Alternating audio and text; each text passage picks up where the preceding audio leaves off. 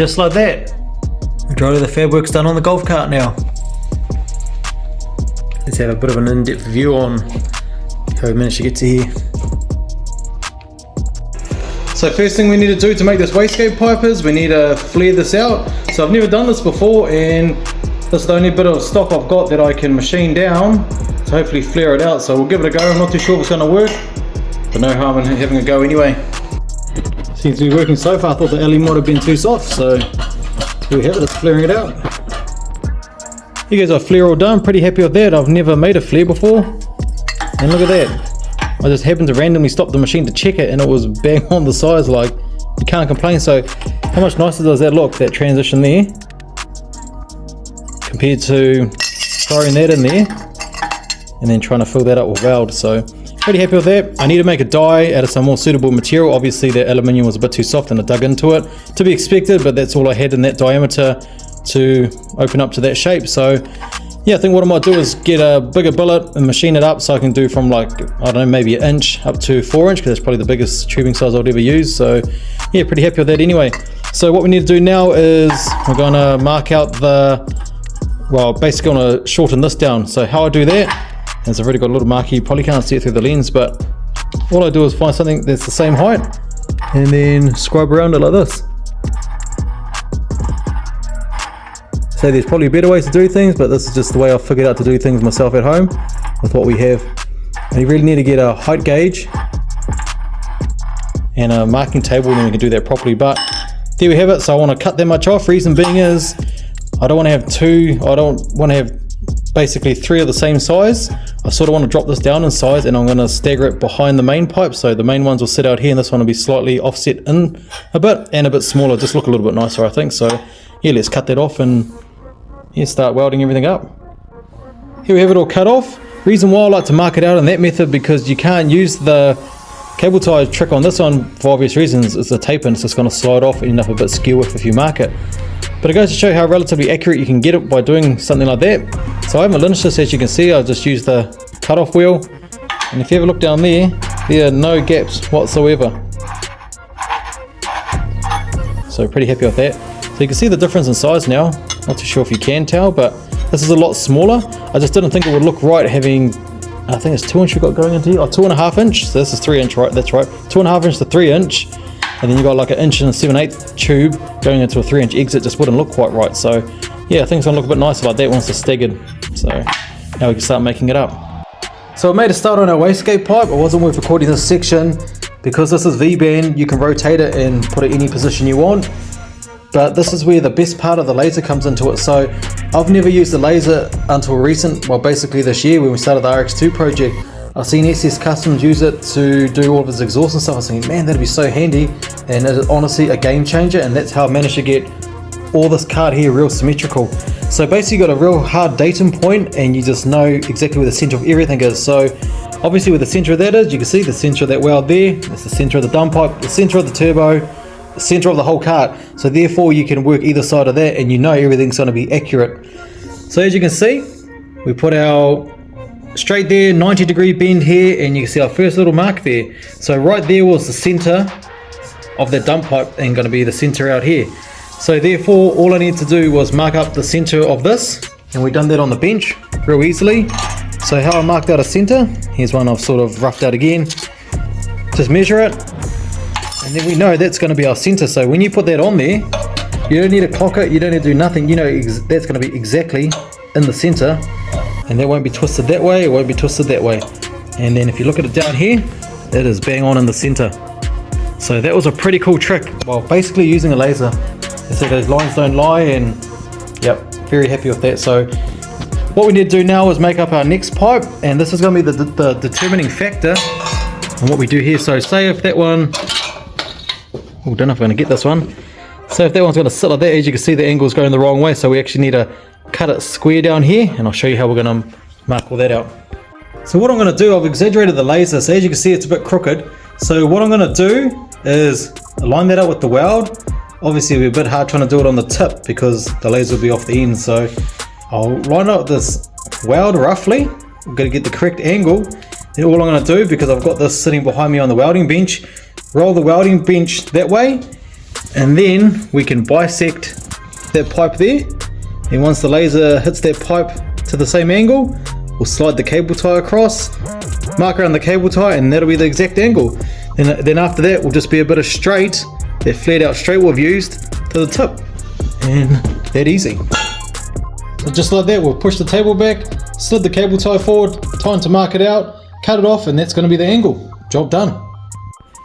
Here it is all marked out. So the reason I like to use the cable tie method is solely it keeps the same diameter of the tubing. So argument's sake, say if we just done that on a random angle and it was a little bit wider, what could happen there is when you made up another tube to it, this tube will end up being bigger, so you end up having a gap and it won't be a nice smooth linear finish like that. It'll either see a bit of a step down, or usually it would be a step down if you have that on too much of an angle. So that way there keeps all the tube exactly the same.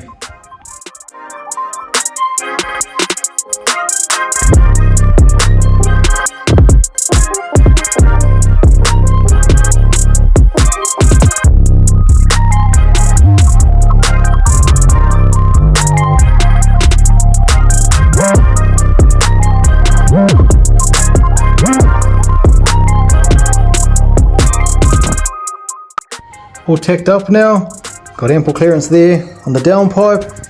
Look how nice and parallel that's running the exact angle as them. That's thanks to the laser and the last cut we done there. No gaps anywhere, so nice fitment. Last but not least, it's running nice and centered there. So you can sort of see now how we've staggered the sizes, and we've also set that bottom one backwards and made it smaller. I just think it looks a lot nicer, it gives it a bit more shape and design really. So this pipe here is just solely for the aesthetics when you're just cruising around the beach, around town, maybe chuck it into a couple of shows or whatever ends up happening with it. We'll leave this set up just because it looks a lot more pleasing. But when we're doing burnouts and stuff, just like the turbo, we'll end up putting the pipe on it because we all know what that sounds like with a decent pipe. And then obviously we'll flip that and we'll run the other wastegate pipe that we've made that goes down there, just to differentiate the sound between the wastegate and the exhaust, because when they're merged like this, it'll just sound like a plumb back exhaust on a car. So we want to actually hear the gate, especially when it's on the limiter and stuff. So that's basically the whole exhaust done now. Pretty happy with that. So I hope you enjoy those tips and tricks, no pun intended. As I say, I'm no welder, I'm no fabricator, it's just things I've learned over time myself. And it's just saved me a lot of time and it's made jobs a lot more accurate. One thing I would highly recommend is the laser. Like, you don't need to go and get one like mine. The reason why I have that laser is because when we do building projects outside, it's got a really long throw on it. I'm not too sure what the terminology is in that, but a range as such. I think it does about 50 meters or so. It's quite a grunty little laser. So, you know, you don't need one that expensive. You can go and get one for automotive use that does 10 meters easily. And you know, they're about $100, $200. So you probably find one even cheaper. Highly recommend getting a laser. That has been the best thing to level me up on doing all this stuff and making things way more accurate. It saves the guesswork. You can, you know, you're not trying to hold rulers and stuff in mid-air. Everything is just bang on with the laser. So yeah, now we've got to move on to the charge pipe. So we roughly worked out our angles around 16 degrees. So we're going to cut the tube now. Here we have it, 16 degrees it was. So what we need to do now is make a 90 off here, put another clamp in here possibly, and then yeah, weld it out. I better finish this process off first before we weld on the 90-degree bend. Reason being is we may have ran out of swing and could have hit the bed. So all I've done is machined out the weld penetration. So what I've noticed with aluminium welding is how you see quite a thick proud weld there, you get basically that on the inside, sometimes twice as thick. So all I did is machined it off. It's not a structural part, it's not under pressure. It doesn't really matter, it's just solely for aesthetics. There's nothing worse than seeing like a lumpy weld going all the way around there. So I machined it out, and how we got that nice finish, instead of, you know, like what you commonly do on a lathe, you'll step it up to say 240, 400, 600 to get a nice smooth finish, you know, nice polished look. All I did was get a real fine finish and then went straight on with this real fine steelo here. I think it's like called a quad zero grade. So yeah, I'm not too sure exactly what it is, but yes, it's a real fine steelo basically. And use a bit of oil and yeah, comes out like that, nice and shiny. So now we can throw it back on the cart, bolt all this on properly, and then we can start doing our tube work. So there we have it, here's the charge pipe all done. Took ages doing this. I actually didn't record it because at the time it was just too much cutting, grinding, pulled the cover back off and on a million times, so it's just a lot more time consuming than I thought it was going to be. Anyhow, we're there, we're done. The welding came up pretty average, compressor housing was going okay until we got here, a bit of porosity, pop goes the weasel. And I've never welded this thin aluminium tube before, so here's my first attempt, and then yeah, blew some holes in it, so I was like, The other two came out not too bad, say not great, but definitely acceptable. So here it is, all basically done. Pretty happy to get to this stage. This is all the major fabrication we've done now. And as you can see there, I was trying to think to myself, how can I get something that's offset look symmetrically right? So this is why, if you look at that angle there, and that one there, it basically makes up a 90-degree angle. So that was the only way I could think of how we can make that wastegaping offset look nice. So everything looks relatively symmetrical, nice and central down there. And there we have it. So it's a pretty big milestone to get to this stage. Like, you know, when you think about it's just an idea, when it comes to a car, like, it's pretty easy. You sort of know what you got to do and how to do things.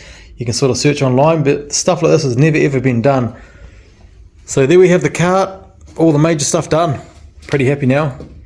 So what's up next? We're going to be looking at the fuel side of things. So we need to make up a fuel tank, which will sit over here. Need to sort out the fuel regulator, all those type of bits and pieces. And then we need to sort out the cooling, so the water side of things, all the lines for the turbo, all the return. Obviously need to make a radiator and oil cooler. And then once that's all done, we get to the fun part, and that's wiring it up, which I'm really looking forward to.